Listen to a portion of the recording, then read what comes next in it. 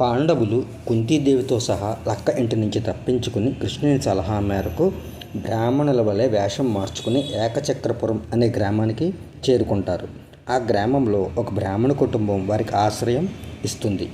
ఆ గ్రామ ప్రజలు బకాసురుడు అనే ఒక భయంకరమైన రాక్షసుడి వల్ల బాధపడుతూ ఉంటారు. ఆ రాక్షసునికి ప్రతిరోజు గ్రామంలో ఒక కుటుంబం నుండి మద్యమాంసాదులతో పాటు ఒక మనిషిని ఆహారంగా పంపాలి. ఒకరోజు ఆ బ్రాహ్మణ కుటుంబం వస్తుంది. వారి కుమారుడు బదులుగా భీముడు బయలుదేరతాడు.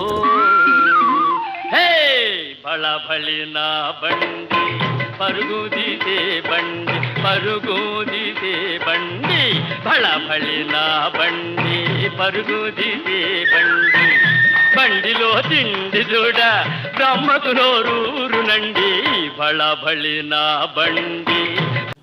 మధ్యలో భీమునికి ఆకలి వేసి ఒక చెట్టు కింద కూర్చుని ఆ ఆహారం అంతా తినేస్తాడు.